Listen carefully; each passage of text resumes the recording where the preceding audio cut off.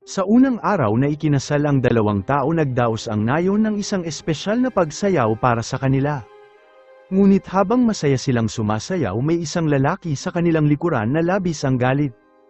At kahit pa ang doktor sa lugar na si McLean at pinilit ito na kumalma, ngunit nagpatuloy ang lalaki sa pag-inom at nagtungo sa karamihan na may labis na galit. At habang papalapit ang gabi, ang sayawan sa labas ay nangyayari pa rin, at samantala ang galit na lalaki ay sinamantala ang pagkakataon nang wala ang groom at kinuha ang kamay ni Kirsty para isayaw. Bagamat sumayaw sila ng walang tunay na layunin, kinuha nito ang pagkakataon upang insultuhan ang kanyang kasintahan, at halatang may gusto ito kay Kirsty bago pa ito ikasal. At sa oras na bumalik ang groom, mabilis na tumaas ang tensyon at sinuntok ng lalaki ang asawa ni Kirsty. Ngunit si Murdo na asawa ni Kirsty ay hindi man lang nag-react pagkatapos nito, dahil ito ang kanilang araw ng kasal, at bukod pa dito ang karamihan sa kalalakihan ay lasing na, at ang pagiging mature ni Murdo ang dahilan kung bakit siya pinakasalan ng dalaga. Samantala biglang nahihi si Kirsty at nagpaalam ito sa kanyang asawa at nagtungo sa isang malapit na burol. At habang nakatingin ito sa karagatan, sinubukan itong mag-relax nang bigla itong nakaramdam ng isang paggalaw mula sa malapit. At bago pa ito makapag-react, may isang humawak sa kanyang bibig mula sa likuran at walang kahit anong babala. At habang inatake sa ulo, sinubukan ni Kirsty na lumaban, ngunit masyado na itong mahina, at ang lalaki sa kanyang likuran ay pinagsamantalahan ang kanyang pagiging inosente. At pagkaraan ng ilang sandali, ang kanyang asawa na nag-aalala ay nagtungo upang hanapin siya, at pagkatapos ay natuklasan nito na si Kirsty na lubhang nasugatan sa ulo. Ngunit nang magtanong si Murdo kung ano ang nangyari, sinabi ni Kirsty na nahulog ito ng aksidente at hindi sinabi ang pag-atake sa kanya. Hindi na nagtanong si Murdo at nagmadaling bumalik sa nayon dahil nakitang malubha ang kalagayan nito.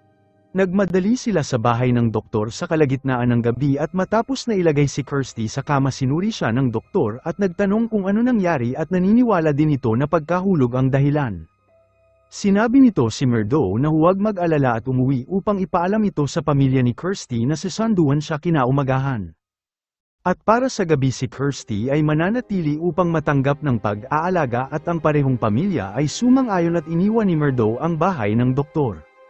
At sa sumunod na umaga, bumalik si Murdo sa bahay ng doktor at hindi pa nagigising si Kirsty, bagamat tila nalampasan nito ang trauma. Nais ni Murdo na dalhin siya sa bahay, ngunit dahil alam nito na aalis ang lalaki patungo sa gera, hiniling na lamang ni Kirsty sa kanya na manatili.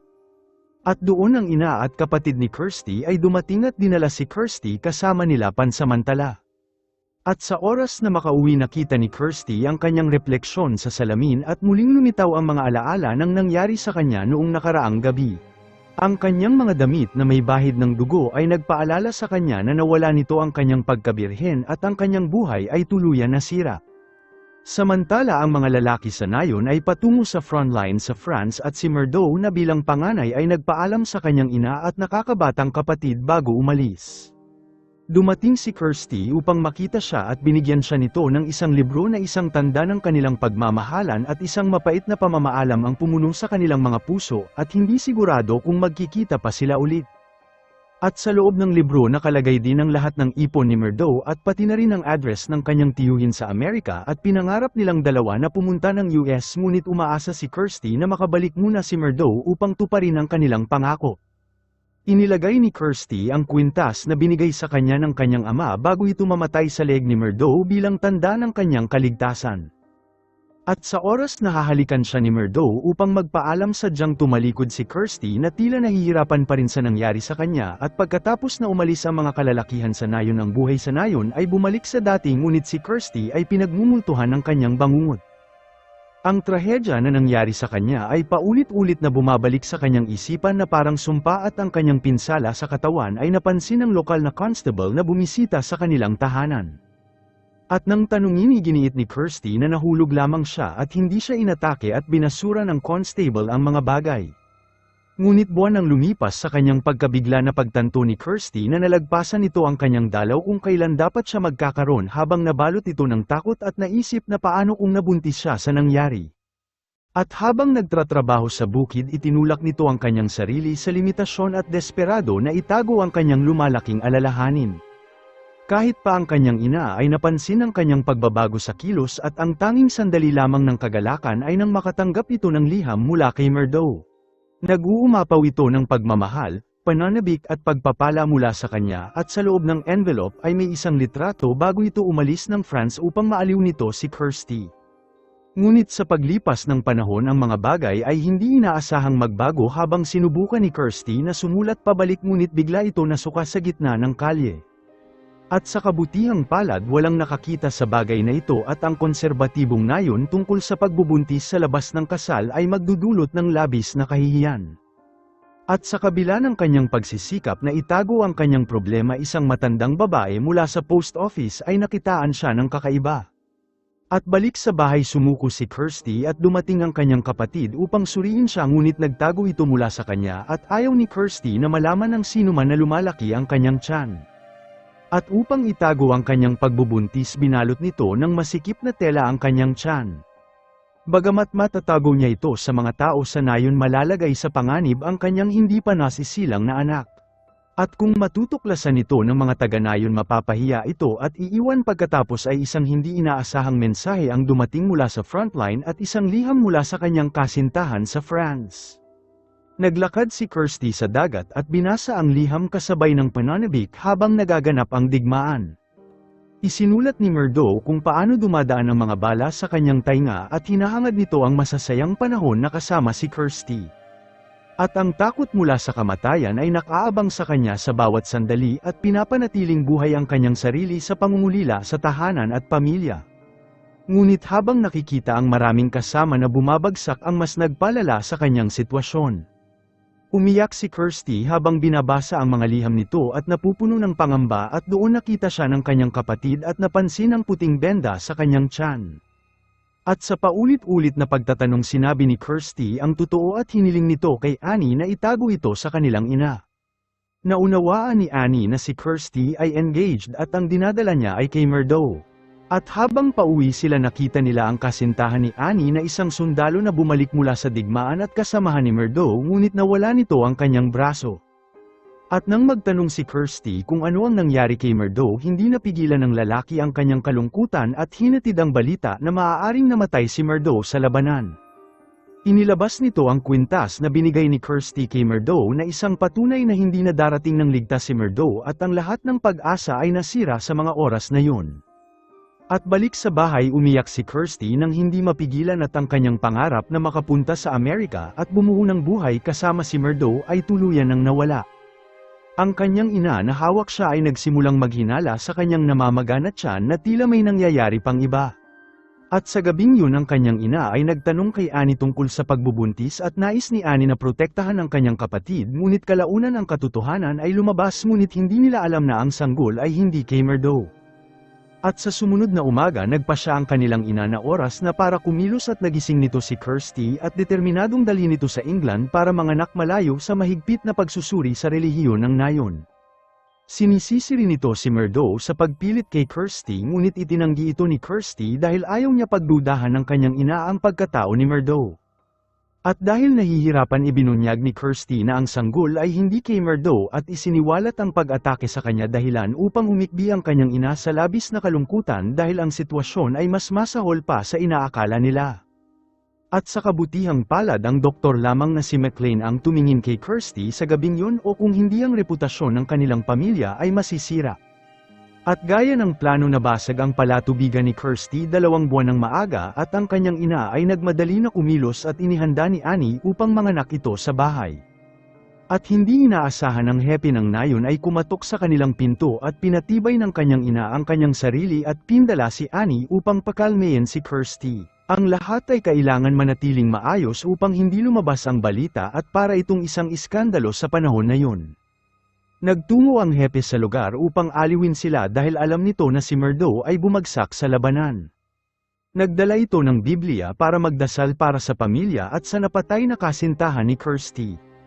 Mabilis na nagsinungaling ang ina ni Kirsty at sinabi na ang sanggol ay natutulog at nangako ng isang maayos na memorial sa ibang pagkakataon at nagpasalamat sa hepe at pinaalis. At sa pagbalik nakita nito si Kirsty na masakit ang tiyan at kailangan nilang tatlo na kumalma.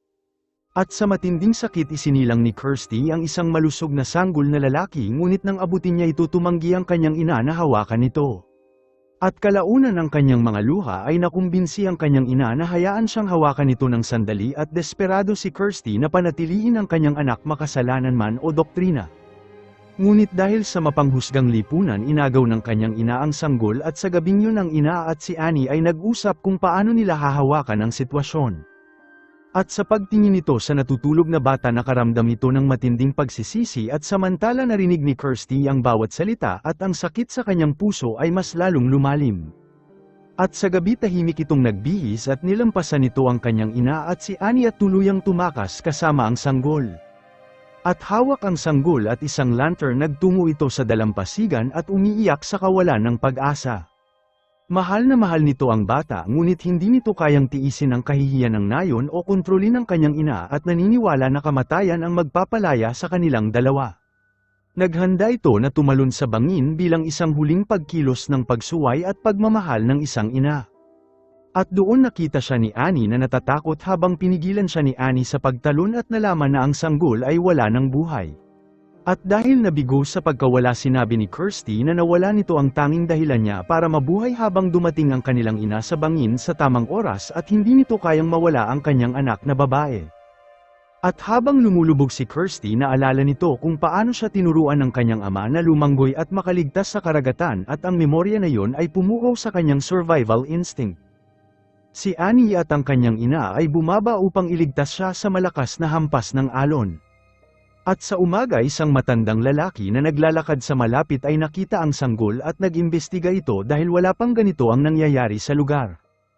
At sa kabilang banda ang pamilya ay hindi pa nakaka-recover sa nangyari noong isang gabi lalo na't baka matuklasan ang tungkol sa sanggol. Hinawakan ng ina ang kanyang Biblia at ipinagtapat ang kanyang kasalanan kay Annie ngunit ang hindi nila inaasahan na ang mga pulis ay gumagawa na ng aksyon. Una itong nagtungo sa bahay ni McLean dahil siya ang karaniwan nagpapanganak sa mga sanggol ng taga-nayon. Pinaliwanag ng constable ang sitwasyon sa kanya at pinilit ang kanyang paghihinala kay Kirsty dahil wala masyadong batang babae sa lugar at dati din itong inimbestigahan ang nangyari kay Kirsty. At umaasang malaman kung ang doktor ay may napansin na kakaiba habang ginagamot niya ito sa gabing yun. At sa una ikinwento ni McLean ang nangyari sa gabing yun ngunit nang nabanggit ang kasintahan ni Kirsty mas lalong lumalim ang paghihinala ng pulis na ang sanggol na inabandona ay kay Kirsty kaya naman dinala nito si McLean sa bahay nila at umaasang ang doktor ay makumpirma kung ang katawan ni Kirsty ay nagpapakita ng panganganak. At upang patunayan ang pagkawalang sala ng kanyang anak walang pagpipilian ng ina kundi ang sumunod sa hiling ng constable. At sa mga sandaling yun si Kirsty ay nakakulong pa rin sa kanyang nararamdaman at hindi nito magawang ilabas ang kanyang sarili. At hindi nagtagal na banggit ng doktor na isang sanggol ang natagpuan at si Kirsty ay nagsimulang maging maingat. At pagkatapos na ipaliwanag ng ina ang ilan sa mga pangyayari sa doktor sinimulan nito ang isang karaniwang pagsusuri ngunit tila may sinabi itong tila kakaiba. Sinabi nito na kailangan niyang suriin si Kirsty ngunit kung anuman ang kanyang makita protektahan siya nito anuman ang mangyari. Bagamat ang mga salita nito ay nakakaaliw biglang napagtanto ng dalaga ang isang bagay at sa tulong ng kanyang ina nagsimulang suriin ng doktor ang kanyang katawan upang kumpirmahin kung mayroong anumang palatandaan ng panganganak. Ngunit sa pagtatapos ng pagsusulit muling nagbigay si McLean ng isa pang banayad na katiyakan at sinabi na magtiwala ito sa kanya. At pagkatapos nag-report si McLean sa constable at sinabi na hindi nanganak si Kirsty at hiniling na ihinto ang interogasyon sa kanya ngunit ang constable ay nanatiling naghihinala at ang kanyang instinct ay masyadong matalim at napansin nito na ang buong pamilya na tila naghihintay sila sa inspection. At sa kabila ng pagtatangka ng doktor natakpan ang bagay napansin pa rin ng constable na tila may hindi tama at isinaalang-alang nito ang ibang doktor para sa pangalawang pagsusuri.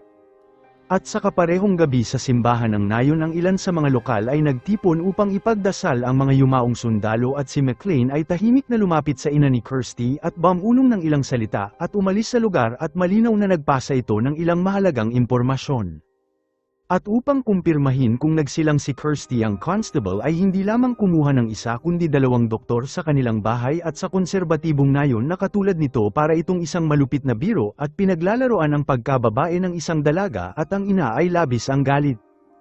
Hindi tumugon ang constable ngunit sabik na malutas ang mga bagay ng mabilis at pumayag na isang doktor lamang ang magsagawa sa pagsusuri at ang dalawang lalaki ay inutusan na huwag pumasok. Naglabas ang ina ng isang mainit na palanggana ng tubig at matapos na hugasan ng doktor ang kanyang kamay nagsimula nitong suriin si Kirsty na tahimik na nakahiga sa kama. Hindi nagsalita si Kirsty mula sa umpisa hanggang sa dulo at sa labas ang kanyang ina ay naghihintay na labis ang alala at natatakot na baka mahuli sila. Hindi nagtagal natapos ng doktor ang kanyang pagsusulit at lumabas sa silid at kinumpirma na ang babae ay hindi nagpapakita ng palatandaan ng panganganak. At matapos na makitang umalis ang doktor agad na tumayo si Kirsty sa kama at lumalabas na ang buong pagsusuri ay naganap kay Annie at nagkukunwari na si Kirsty at ang kanilang plano ay nagtagumpay. At ngayon dahil dito wala nang dahilan upang ipagpatuloy ang investigasyon ngunit ang pag-aalinlangan ng constable ay nagpatuloy pa rin lalo ang tungkol sa inabandonang sanggol na inanod sa Pampang. Isang doktor ang inimungkahi na ang sanggol ay maaaring galing sa ibang nayon na inihagis sa karagatan at dinala sa kanilang nayon at naniniwala ito na dapat matapos na ang usapin tungkol dito. Ngunit habang nakahiga sa kama si Kirsty ay labis na nababalisa at iniisip kung sino ang lalaking gumawa nito sa kanya. Nang biglang naalala nito ang sinabi ni McLean sa panahon ng pagsusuri at kung bakit sigurado ito na magiging ligtas siya. At matapos na tiisin ang walang katapusang sakit kasama na ang pagkawala ng kanyang anak at pagkasira tila nagpagsama-sama ni Kirsty ang katotohanan. Ang lalaking nanakit sa kanya sa gabing yun ay walang iba kundi ang mabait at kilalang doktor ng nayon. At matapos ng labis na paghihirap nagpa siya ito na harapin ang lalaking ito ng may buong tapang habang binati siya ni McLean ng masaya at niyaya siya sa loob ng kanyang tahanan. Ngunit nanatili si Kirsty sa pintuan na nanginginig sa labis na galit at mahinaong sinabi ang lahat ng trauma na dinanas nito upang mapuko ang konsensya sa loob niya. Mukhang tila napagtanto ni McLean kung ano ang pinapahiwatig ni Kirsty ngunit sinubukan na manatiling kalmado at pinapanatili ang kanyang maling kabaitan at sinusubukan na pawalan bisa ang kanyang mga paratang at sinabing nababaliw na ito. Hindi sumigaw si Kirsty o nag-eskandalo at sa halip habang kumukulo ang kanyang emosyon tinanong niya ito sa mahinang boses at ang tuloy-tuloy na pagtatanong nito ay bumasag sa harapan ni McLean at ang kahihiyan ay tumama sa kanya.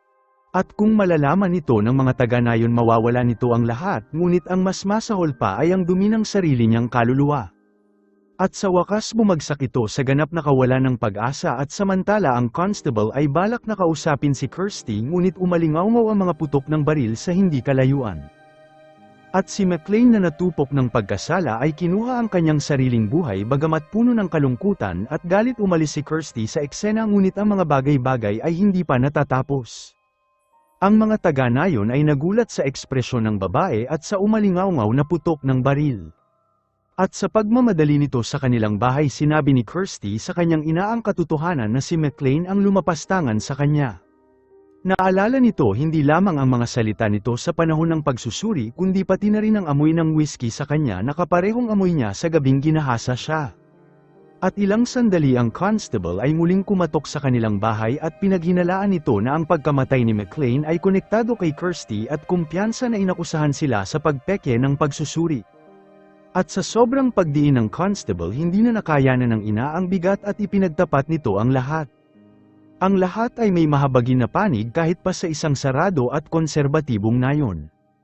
At dahil si Kirsty ay nagdurusa ang constable na nalaman ang katotohanan ay pinili na huwag magsampa ng kaso na gawin pang mas mahirap ang mga bagay para sa pamilya.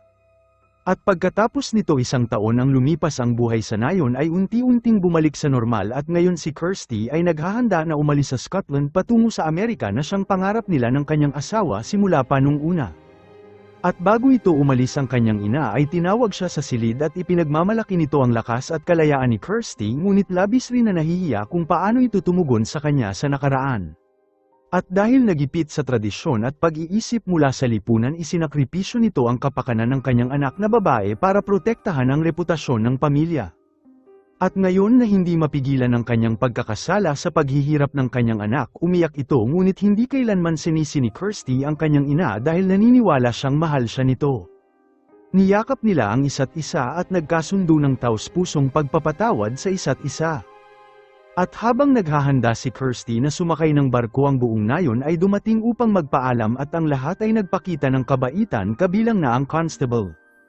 At sa maliit at relihiyosong isla, kahit ang mga may matibay na paniniwala ay hindi maalis ang init ng ugnayan sa kanilang komunidad at mula sa kaibuturan ng kanilang puso, lahat sila ay nagnanais ng magandang buhay para kay Kirsty. Ang aklat na minsang binigay ni Murdo sa kanya ay naroon pa rin na siyang address ng kanyang tiyuhin sa Amerika, ang kanyang unang destinasyon. At hindi nagtagal narating nito ang New York, ang lungsod na matagal na niyang pinapangarap at nanirahan sa tahanan ng tiyuhin ni Murdo. At isang araw may tila kumatok sa pinto at sa kanyang gulat ito ay si Murdo na kanyang kasintahan, at hindi talaga ito namatay sa digmaan, ngunit siya ay nasugatan at ginawang bilanggo at ginugol ang natitirang bahagi ng digmaan sa kampo ng kalaban hanggang sa matapos ang unang digmaang pandaigdig. Hindi makapaniwala ang mata ni Kirsty at ang lahat ng sakit at paghihirap na tiniis nito sa lahat ng oras ay naging makabuluhan. Salamat sa panunood. Kung nagustuhan mo ito, huwag kakalimutan mag-like at subscribe para sa mga susunod pa nating movie recap.